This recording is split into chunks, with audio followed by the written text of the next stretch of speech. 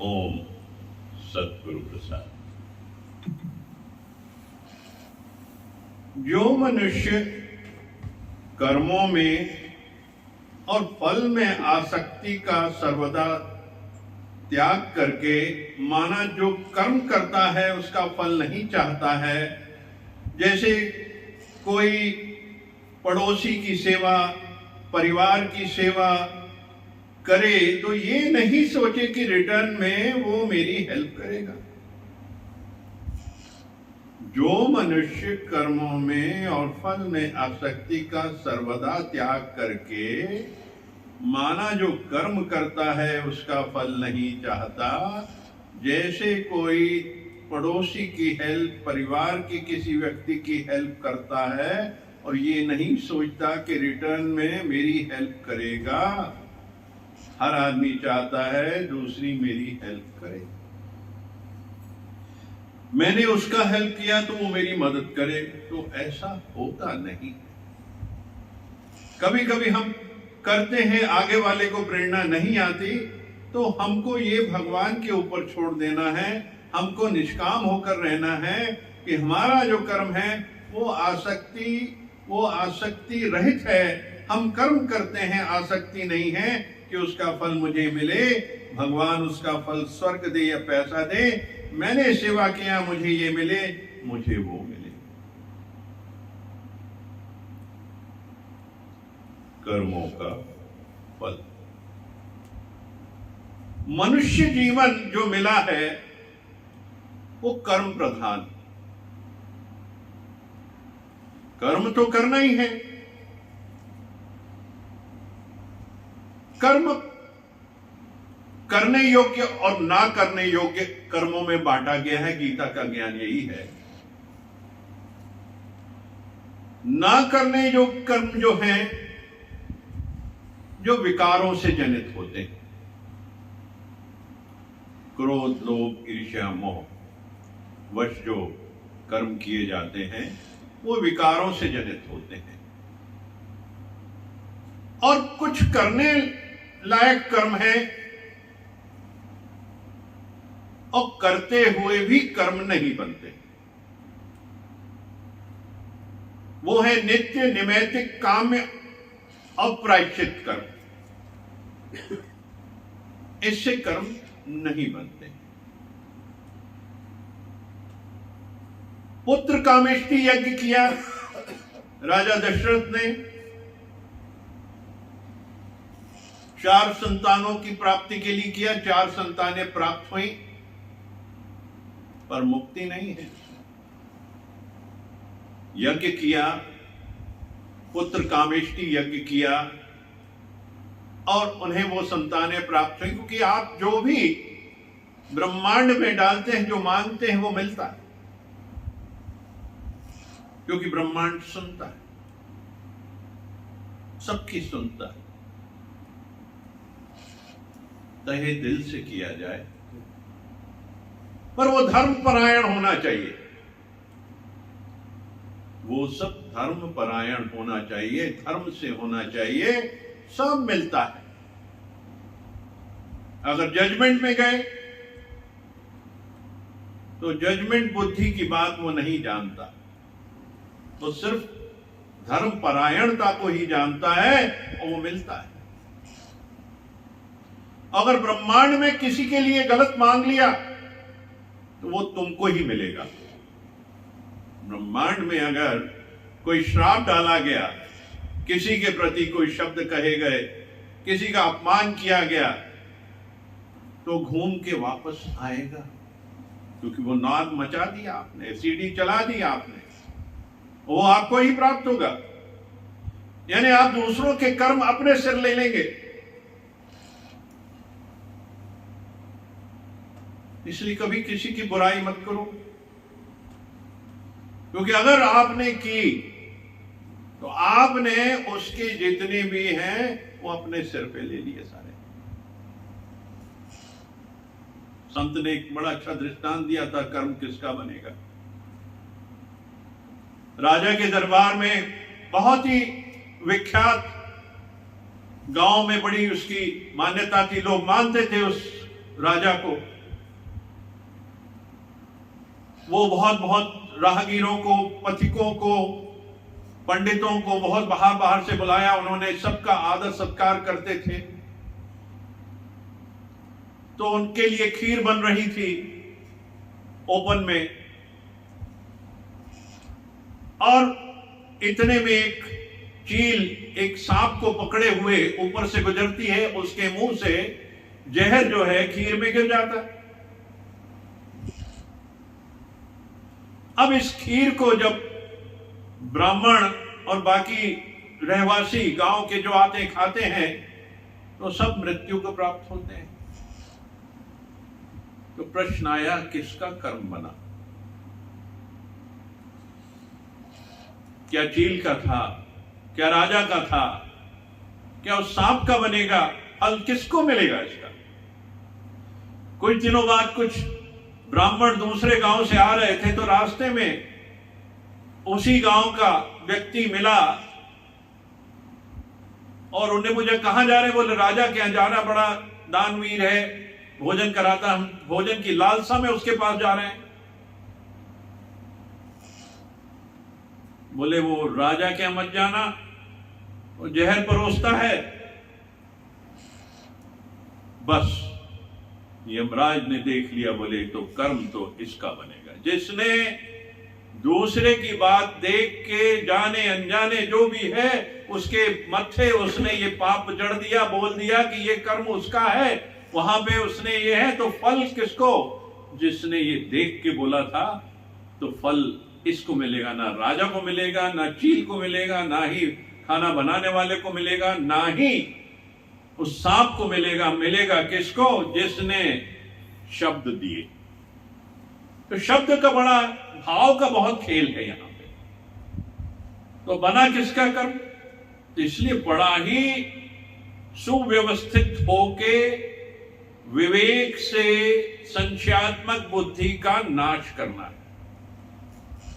गुरु तो ज्ञान यही देता है कि समझो, कर्म की परिभाषा समझो। जो तुम्हारी बुराई करेगा, तुम्हारे पीछे बात करेगा, वो तुम्हारे लिए लाभदायक है कि तुम्हें उन्नति होगी, तुम्हारी दिन पर दिन उन्नति होगी। अगर कोई तुम्हारे खिलाफ गलत बात करता है, बुराई करता है, तो उन्नति किसकी होगी? तुम्हारी होगी, क्योंकि तुम्हारे कर्मों को वो अपनी तरफ ले लेगा। अब उसको भोगने पड़ेंगे जिसने बात की। इसलिए सदैव बहुत ही गुरु के सानिध्य होकर, गुरु का आशीर्वाद और दीक्षा प्राप्त करके अपने वचनों को तौल के शब्द देना, वाणी को बड़ा ही, इसलिए मौन पे बहुत जोर दिया गया है।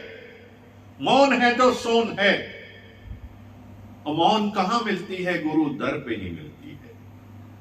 गुरु की दर पे ही मौन मिलती है, क्योंकि यहां मौन में ही हर एक चीज को आदान प्रदान कर दिया जाता है। गुरु की छवि देखते ही सारे ख्याल, सारे भाव, सारे प्रश्न खत्म हो जाते हैं जो संसार से जनित हैं। यहां आते हैं तो सिर्फ गुरु, परमात्मा का नाम, उसकी दीक्षा, उसको वही ख्याल आता है। तो आप जब इस ओरा में आते हैं तो अपनी सारी परेशानियां बाहर छूट जाती हैं। यहां सिर्फ आनंद की स्थिति, केवल्यम स्थिति का अनुभव करते हैं।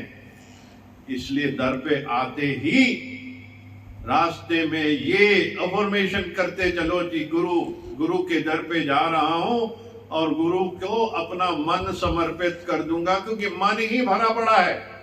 ये जो मन है, it's a bundle of thoughts, और इसके अंदर ही इच्छाएं भरी हुई हैं। इसी के अंदर पाप भरा हुआ है। पाप का घड़ा है मन। ये हटा दिया जाए तो हर जीव परमात्मा है, हर जीव भगवान है, हर जीव। तो ये जो करने लायक कर्म जो है नित्य नैमित्तिक काम में, और सबसे महत्वपूर्ण जो है वो है निष्काम कर्म, जो मुक्ति की तरफ ले जाएगा, मुक्त कर देगा। वही है निष्काम कर्म। यानी इस हाथ से किया और इस हाथ को पता ना चले। यानी निष्काम मतलब रात का समय और हमें कुछ दिखता नहीं। तो रात का समय यही कहलाता है जिसमें हमें कुछ दिखे नहीं। निशा, जहां पे रात का अंधकार हो करने में, यानी इस हाथ से किया इस हाथ को पता ना चले, वो जीवन में मुक्त करता है। ना कि फल की कामना, ना ही किसी चीज की कामना, बस संस्कार तहत गुरु का सानिध्य करते हुए जग की सेवा करना है, सबकी करना है, परिवार की भी, तुम्हारे संबंधियों की, रिश्तेदारों की, नातेदारों की, सेवादारों की, और जो मेरे आसपास का एक छोटा सा जो संसार है उसमें सबकी सेवा ही करना।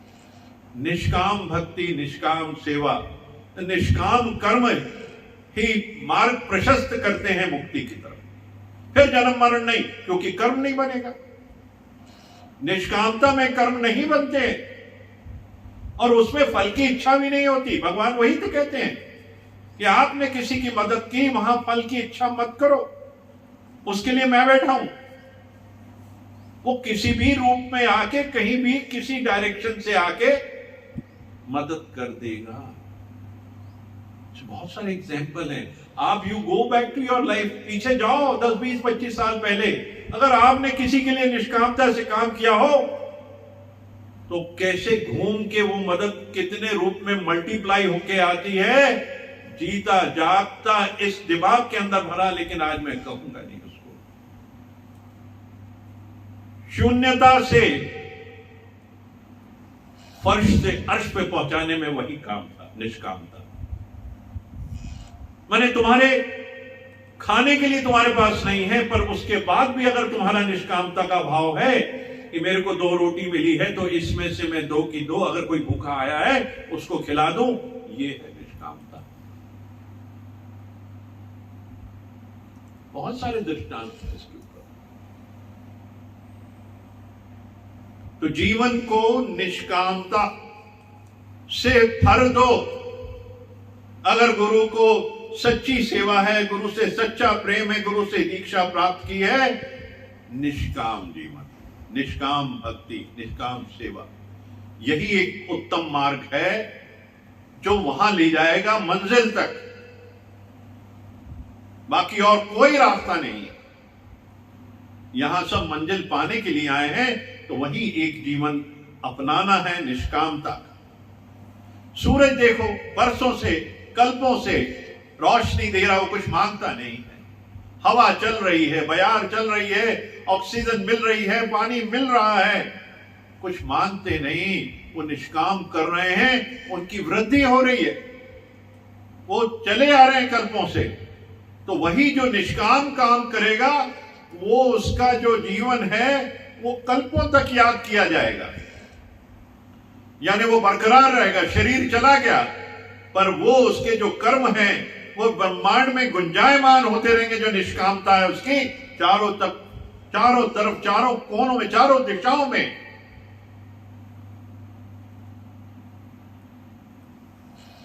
किस तरीके से राजा राम के जो पूर्वज थे,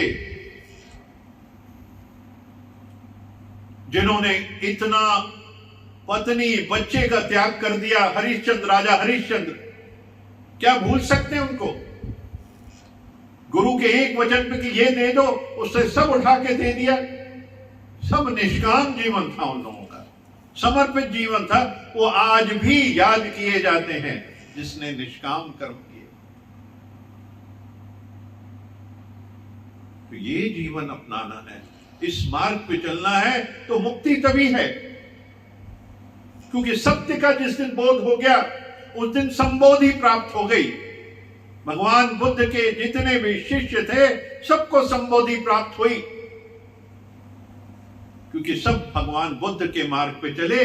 जो हमारे साईं भगवान के मार्ग पे चलेगा वही संबोधि प्राप्त करेगा, क्योंकि साईं भगवान पूर्ण मुक्त जीव थे, हमें ज्ञान देने आए थे यहाँ पे सिर्फ, और कुछ समय के लिए थे, जितने भी समय तक थे, तो हमें सिर्फ पूर्णता की तरफ देखना चाहते थे, और हम सब पूर्ण करके गए। मार्ग अपनाना है, मार्ग अपनाना है। जिस दिन हम सब ये मार्ग अपनाएंगे, संबोधि अपने आप प्राप्त होगी, जिसका एहसास हम सबको अपने आप अपने तरीके से होगा।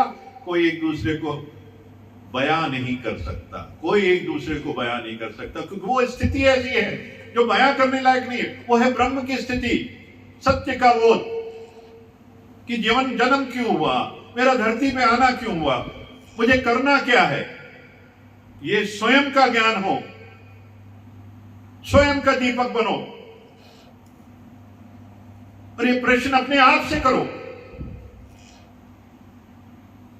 कभी क्रोध भी आए तो प्रश्न अपने आप से करो, कभी बोर भी हूं तो प्रश्न अपने आप से करो, क्योंकि जब तक तुम गैप नहीं बनाओगे, दृष्टा नहीं बन के इसको देखोगे, समझ नहीं सकते।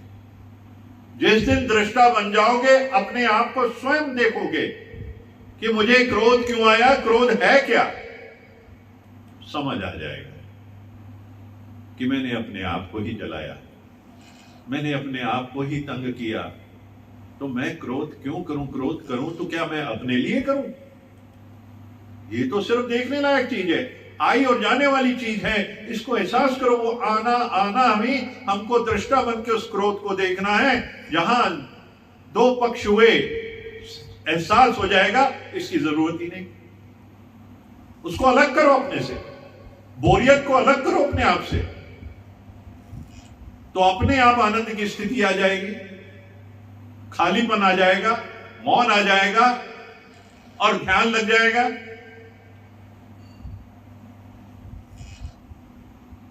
ये सारी टेक्निक्स हैं, इसको तो समझना गुरु दर पे ही मिलती है ये सारे, क्योंकि अपना गुरु खुद बनो। जिस दिन अपने गुरु स्वयं बनेंगे, उस दिन हर चीज का बोध हो जाएगा। मैं ही गुरु, मैं ही शिष्य, मैं ही बोलने वाला, मैं ही सुनने वाला, मेरा ही प्रश्न फिर मेरा ही उत्तर उसको। जिस दिन ये स्थिति आ जाएगी, उस दिन संबोधि लग जाएगी, ब्रह्म की स्थिति आ जाएगी, निर्वाण, एनलाइटनमेंट, जिसके लिए सब एक मार्ग पर चल रहे हैं। कोई कल, कोई आज, कोई अभी, मिलती जाएगी, मिलती जाएगी। बस इस मार्ग पे चलना शुरू हो जाओ, अपने आप के खुद जज बन जाओ, अपने प्रश्नों को उत्तर खुद दो। ये तभी है जब मेडिटेशन करेंगे। मेडिटेशन करना है, ध्यान इतना उत्तम है,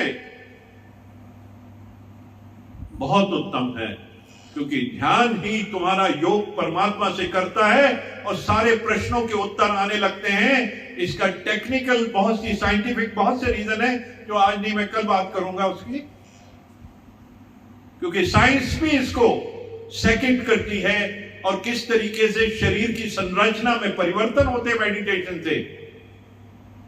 वो एक एक जो हार्मोन है उसके बारे में चर्चा कल करेंगे हम सब लोग, और इसको विराम देते हैं और आपको नमस्कार सबको। हरिओम। फॉलो करिए गुरु के वचनों की। हरिओम, हरिओम सब।